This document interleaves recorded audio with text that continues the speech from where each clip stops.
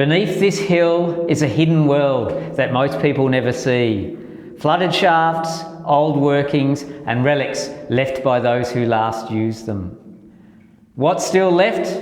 Well, subscribe now and let's go and have a look.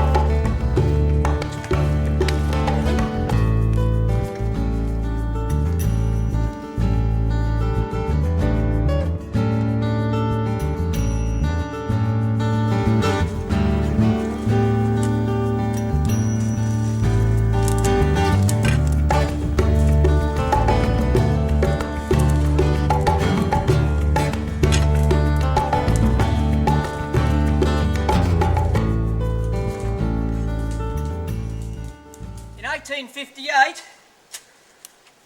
the Growlers Creek diggings would be awoken to an eruption on the hillside above.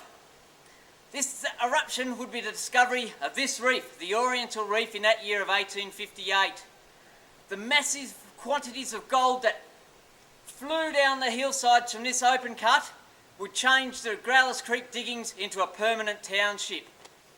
Hundreds and hundreds of men would come here and work here, with numerous claims taken on this massive reef that was actually at its widest point over 50 feet wide and extended for the massive distance of over 1,300 feet along. This man-made quarry was an exciting place.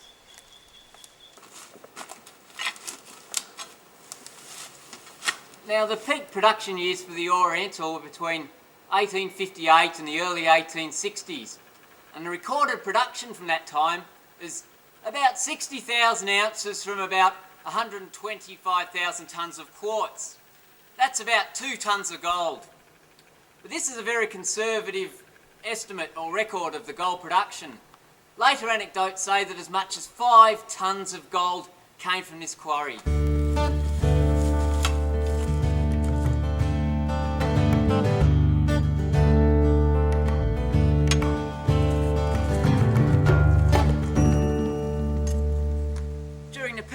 Here, there was 200 men employed directly in quarrying out the quartz here from this man-made canyon. And they would have been busily engaged in hammer and tapping and filling holes with blasting powder and shoveling rock and blowing it up and transferring it onto a tramway network. And there are a series of tramway networks, so they had to push the ore along and transfer it into a number of incline tramways that took it down to the batteries in the valley below. All of this would have been very hungry work. This large landing here was the site of Henry Teed's Oriental Restaurant and Boarding House, and we're only a couple of metres from that large open cut of the Oriental workings. With 200 men working here during the early years, this was an ideal place for a business. He would have had probably the boarding lodge section just over here, and just over here under all this scrub is the collapsed remains of a large rock chimney, of which he would have prepared all meals for the miners and sold them at a hefty rate. There's a contemporary record in one of the papers in 1860, and it says, "The Oriental Reef stands many hundreds of feet above the level of the creek, and Mr. Teed has erected his restaurant upon its highest perch, being probably at a higher elevation than any other permanent dwelling house in the colony."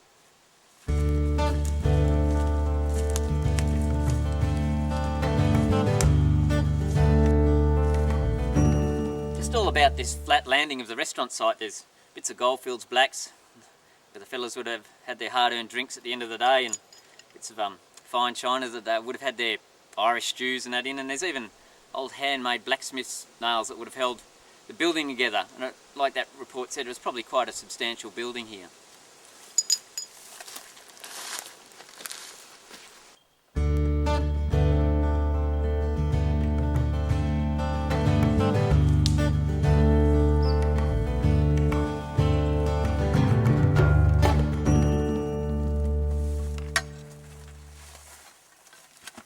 Oriental was to become one of Wandiligong's biggest mines in terms of the large ore body worked and the amount of gold that it produced.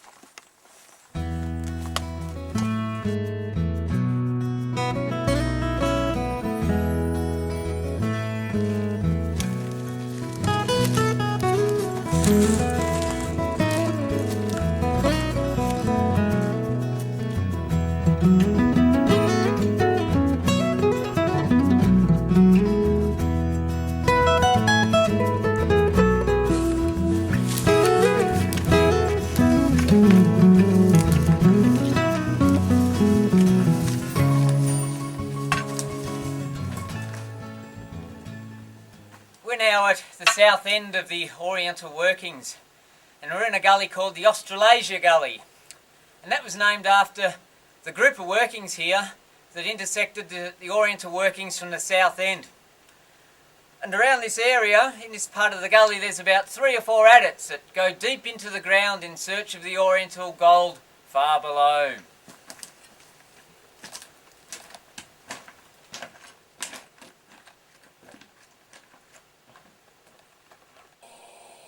We're in the number 3 level adit of the Australasia workings, and these were started at some stage in the very early 1860s.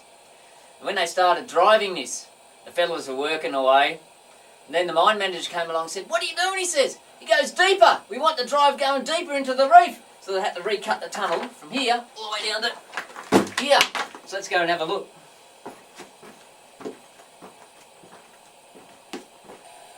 In these tunnels, you can still see, I'll just hang this up, you can still see the drill marks, the old hammer and tap drill marks in the wall where they slowly made their way in. And you can actually tell that they only did a distance of barely 18 inches a day in driving these tunnels.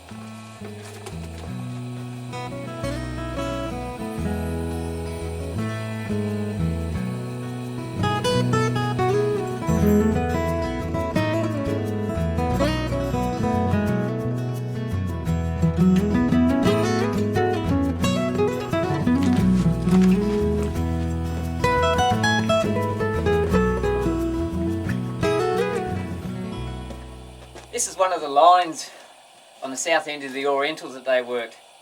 As kids we used to come here and explore all these workings, and it was a great playground for us, and we learned a lot about mining in those days. And there's also a couple of mines working, and the old timers, they used to teach us a bit about mining and how to be careful in these dangerous places.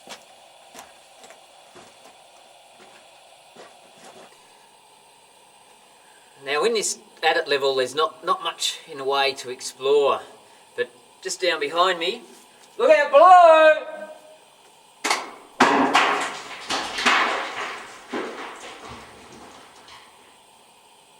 Down this very deep and dangerous hole is a wonderful network of tunnels, and we're going to explore those, but we're not going down this way.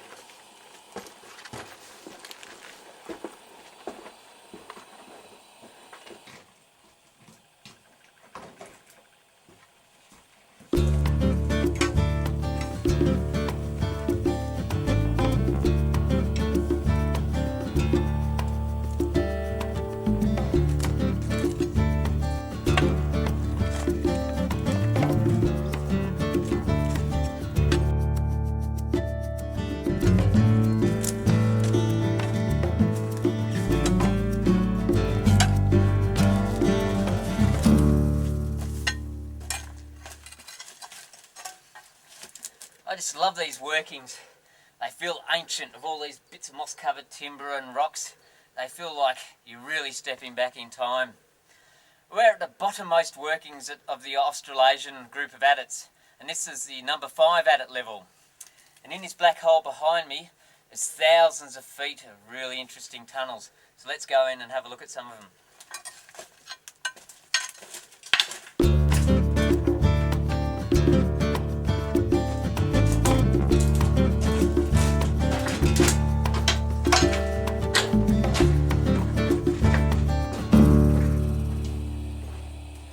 I just love this wide drive. It shows how optimistic the mining company was when they put this tunnel in to intersect the Oriental Reef.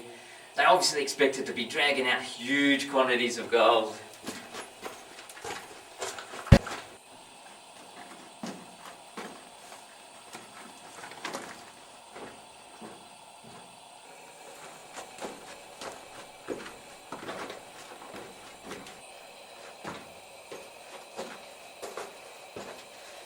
may remember just a short time ago when we were up in the other adit level above us, I threw a rock down a hole. Well, up above us is that shortcut, and that's where that rock came tumbling down not that long ago.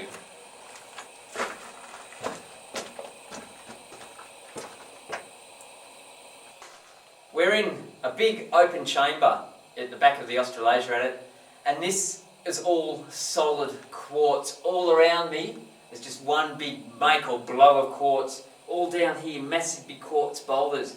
And they've obviously wanted to prospect it to see if it's got any gold, so they've put a shaft just in behind me. It's full of water, so it obviously doesn't connect to any lower workings. There's remains of an old hand pump here, and also above me there's a rise that goes up, and it goes up to a ladder. You can see the ladder going all the way up, and who knows how far those workings go up.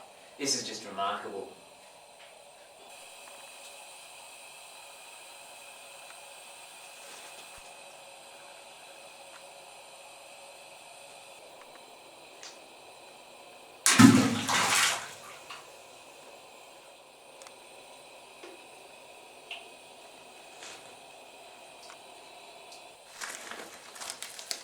On this quartz covered floor next to that watery shaft just back up in here, this is the remains of their plunge pump, and this is probably just a hand one. See here we've got this bit of wire here. This would come out of that pump, and they would just like just to keep the water level down, because the water level would have been slow to get in here, so they only need to pump it up every now and again. This is great seeing stuff like this in situ in these mines.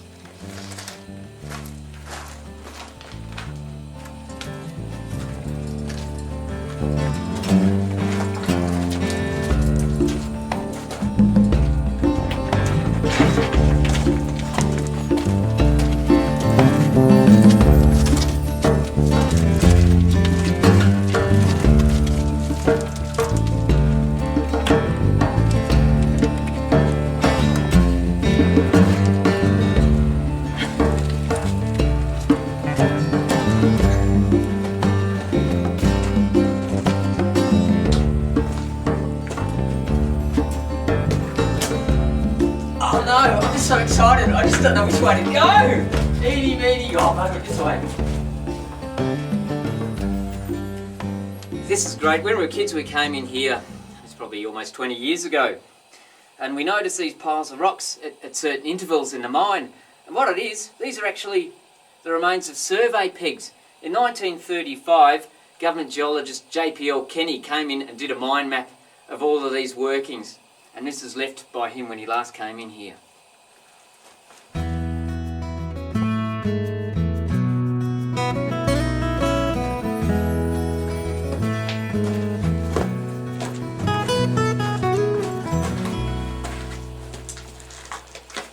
There's just heaps of workings at this level. They're actually about 500 feet below the surface outcrop of the Oriental. But unfortunately, the gold only paid to 200 feet below the surface outcrop. So at this level, there's heaps of exploratory shafts and rises and tunnels trying to pick up payable gold. And you see things like this all the time, and you wonder where the they go.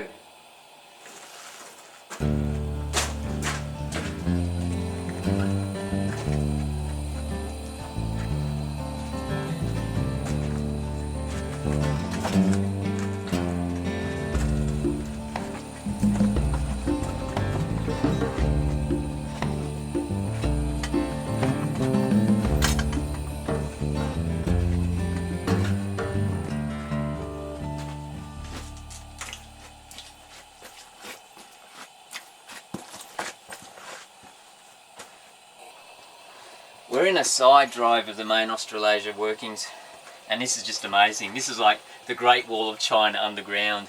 This side drive goes for almost 300 feet, and along the side of the whole drive is this hand-stacked rock. This is what we call backfill, because these fellas didn't want to cart all this stone all the way outside because it's hundreds, if not 1,000 feet long. And so they've just backfilled it in a drive to save them all of the effort. And this is just fantastic.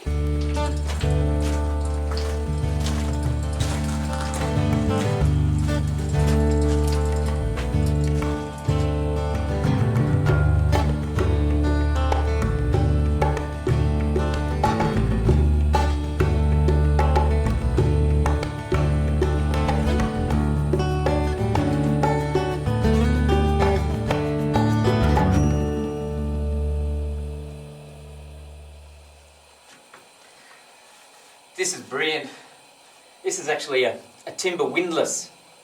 And the windlasses, you see them in a lot of old mining photos. They put them over shafts or windsers, and a windsor's like what they call a vertical shaft. And this actually, just behind me, this goes down 110, 120 feet down to an intermediate level, and that's called the number 6 level. And then beyond that, at the bottom of that number 6 level is another one of these, and that goes down to a tunnel called the number 7 Oriental or North Adit. It's a long way down, and it's in 2 compartments. This first one is a bucket way, and just beyond that is the ladder way, and that's the way the fellas came up and down this shaft when they were sinking it. I'll just chuck this down.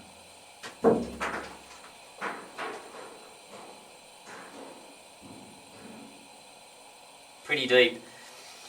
Now this is in such good conditions because it's not that old. This dates from about the 1930s period, when there's a revival in mining activity in these workings. And the fellas, as they were sinking this shaft down, there would have been a timber barrel here with rope on it, with a bucket on the end, and the fella would have been on the windlass just like this, winding it. Fantastic.